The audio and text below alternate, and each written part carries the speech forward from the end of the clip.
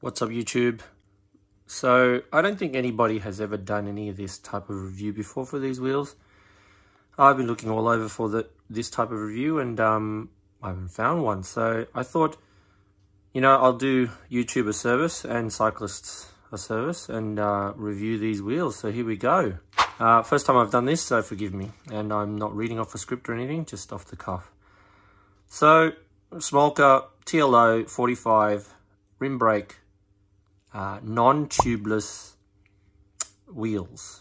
First off, I have to say, after 5,000 kilometers, they're brilliant.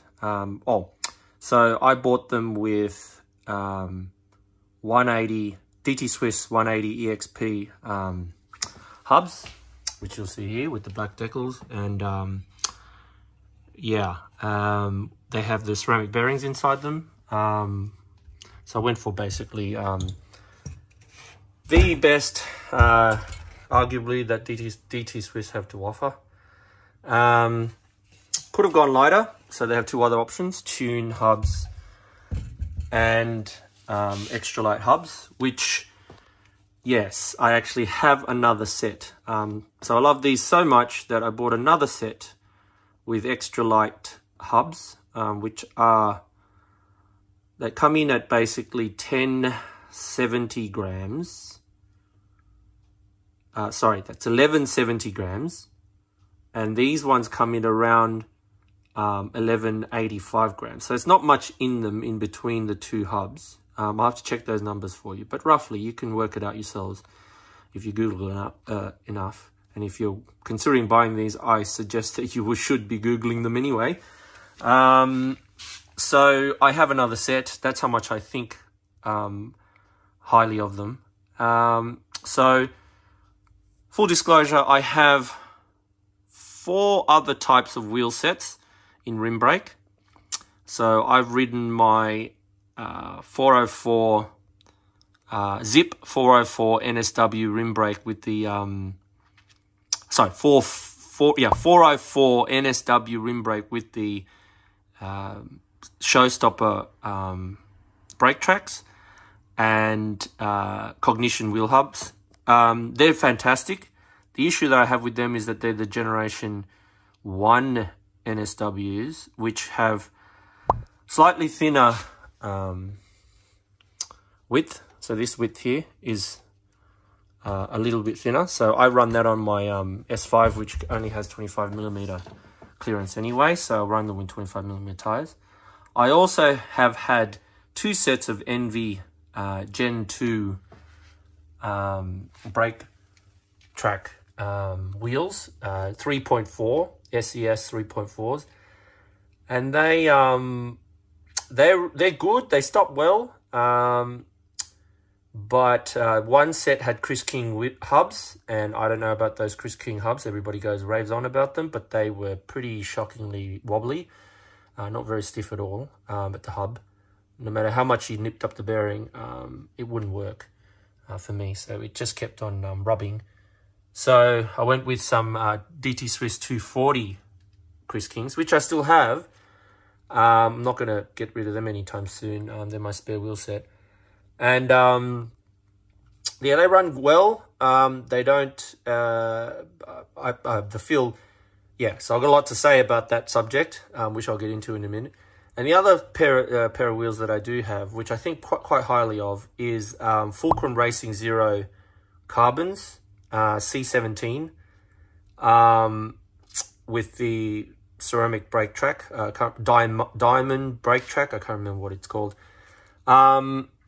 And they roll really well with these USB ceramic bearings. The only problem is that they're not very good aero, right? So they're just, pretty much box section wheels with carbon, but they're very, very light. But still, these Schmolkes, tell you what, they are, compared to the other three wheel sets, are a league above. Firstly, the braking. So this braking surface, you can sort of see it's embedded. It's got something embedded in it. Probably ceramic. I mean, these Germans are just crazy good. Whatever they have done to the brake surface has made these wheels stop so well under heavy braking, hot braking down hills, and in the rain. They perform better than the NSWs with the showstopper, better than the SES 3.4s with the Gen 2 brake pads, and almost as good, or just as good, as the Fulcrum Racing Zero carbons. The Fulcrum Racing Zero carbons, actually, for a carbon wheel set, stop really, really well, I have to say. So they make this whoosh noise, and they stop really, really well in the wet and in the dry. So I can't complain about them at all. But these Schmolkes basically perform just as good as that. So how I know, I just jumped straight onto my S5, which has the Zip NSW wheels, and I'm a bit shocked straight away that I need more longer braking distance. Simple as that. I slam on the brakes, same brakes, SRAM Red, ETAP, Aerolink brakes, and yeah, it just takes a few more meters to stop. So that's how I know. 10,000 kilometers of this, of riding these. How else? What else have I noticed? Okay, well, crosswind, these things are fantastic. So I've ridden them in 40k per hour crosswinds. Needless to say, the NSWs being deeper, 404s, 58 millimeters versus 45 here, do catch the wind a fair bit. They do a really good job. I mean, I'm not knocking Zip. Zip are actually really good wheels, good quality wheels. They do get knocked around a bit. So when it's windy, I prefer to ride these, obviously. These are the go-to wheels anyway for everything. However, I guess in terms of all-round performance, these have got to be, you know, the bee's knees. Up hills, super. I mean, the NSWs, okay, they are the NSWs, right? So they're not the 454 NSWs with the sawtooth, but they are the 404 NSWs with without the sawtooth. And they are heavy, 1495 grams.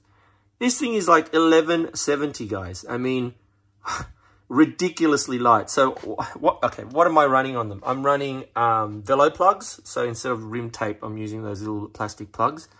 I'm running Revo loops at the moment. Those German, not the race, just the race ones, not the Ultra. The Ultra's a bit thin, not recommended for rim brake.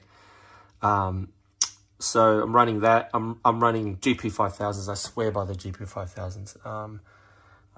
Yeah, anyway. And I have another thing to say about the colors of GP5000. I've tried all three, and I'm telling you, the black ones roll the best, are the lightest, and the most puncture resistant. So I do love the color of the tan and the yellow, but for pure all and all out performance, you know, when you're soloing into the hills, nobody's going to see you anyway. So best to go with performance. Anyway, so that's what I'm running these guys with. And look, 5,000 kilometers, guys. I've not had a single problem with them. The spoke nipples are internal, but I've never needed to adjust them. They are rock hard. Like, Schmolke really know how to build these wheels. I've never had to check wobble on them. I've never had to tighten any of them. I haven't had a spoke ping or break. Lucky, I guess, but yeah, I do a lot of climbing, a lot of descending, and I've broken a spoke with the NSWs. They do come out of true a lot, the NSWs. The Envies, gosh, let's talk about Envy for a little while, hey? So I bought two pairs of Envies, right? First pair of Envies were just not made very well. There was just a lot of carbon folding. Like, you can see how good this carbon's done, and I've got a lot to say about how these are made, which are totally different from all the other bikes. This is like basically they make a big tube out of carbon, and there's only one joint just here, right? And that's where the sticker is. Versus all the other types of carbon, which is basically just, you know, sheets of carbon stuck together. So anyway, the quality of Envies, I thought it was just one set, but they're just not made very well, guys. because I got another set, and the second set were just as bad. Not to say that there's anything wrong with them. They worked just fine, but the build quality was just shockingly bad for a $5,000 pair of wheels. The hubs, the DT Swiss hubs on these, yeah, I mean, fuss-free hubs, right, guys? EXP especially, less moving parts, super easy to maintain, never had a problem with them, super stiff. So, yeah, when you're out of the saddle, giving it 1,000 watts, I can do 1,100 watts. No problems whatsoever all day long. The internal width of these are not as wide as I'd like them to be. So I'm running 28mm tires with these. By the way, if you guys are still running 25, seriously, you need to consider going 28. The depth of these are just about right. Any like narrower than this, and it probably will lose a bit of aero, which probably already is. But to be honest, I would never go back to 25mm after 28mm. Just more comfort, more grip, more better rolling resistance. Just everything good about 28mm tires. So I'll never go back. But so these, I mean, Schmolke, if you're listening, would love a pair that is, you know, 19mm internal width. But I understand how they're making them. They're making them sort of a bit more new age. I'd like to say new age aerofoil. So in the past, they just used to make them like a, you know, straight up. But now they're doing this type of aerofoil where it's a bit of I would want to say magnet shaped. Like it's a bit more of a U shape, so that when the tire sits on there, it sort of completes the whole aerodynamic profile. So I can see why the internal width here is slightly less. It bulbs out about here. So it bulges out about here, and the internal width here is a bit shorter. But anyway, look, if Schmolke's listening, very doubt it, I'd love a pair that's a slightly wider. But other than that, I mean, like, to be honest, I don't feel that they are any worse than my super wide 21mm Envies. Yes, there is a slight handling difference with the 25mm. They do handle a little bit better in the corners, so there's less tire bulge into the corners.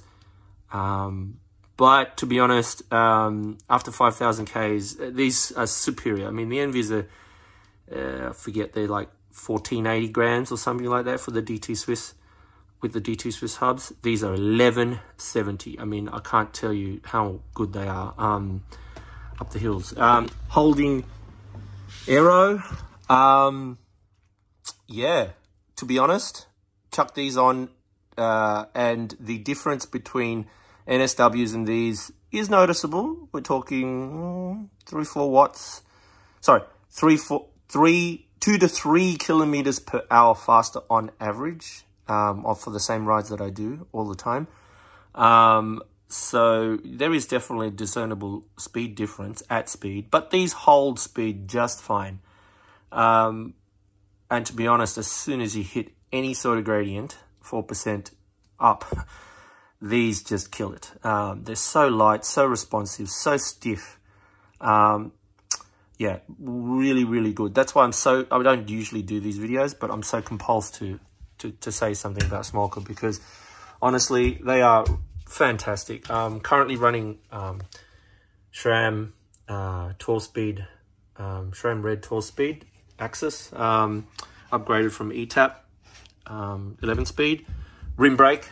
Yeah, no, loving them. I'm about to do a 400k 6,000 meter ride from Sydney to Bathurst. It's coming up soon, and that is yeah, these are going to help me, I hope.